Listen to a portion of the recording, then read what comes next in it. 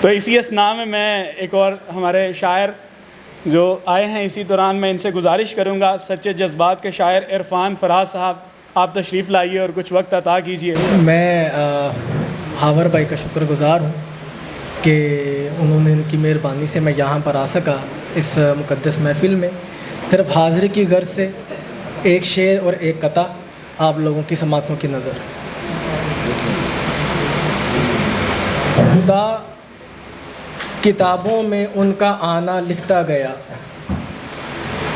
خدا کتابوں میں ان کا آنا لکھتا گیا، وہ ایسے آئے کہ پھر زمانہ لکھتا گیا۔ اور ایک قطع ہے، افرات فغاں وہم و گماں روکے ہوئے ہیں، افرات فغاں وہم و گماں روکے ہوئے ہے، نعت نبی ہر کار زیاں روکے ہوئے ہے، ورنہ یہ جہاں زرد ہواؤں سے لرزتا، ورنہ یہ جہاں زرد ہواؤں سے لرزتا، وہ ایک در سبز خزاں روکے ہوئے ہے۔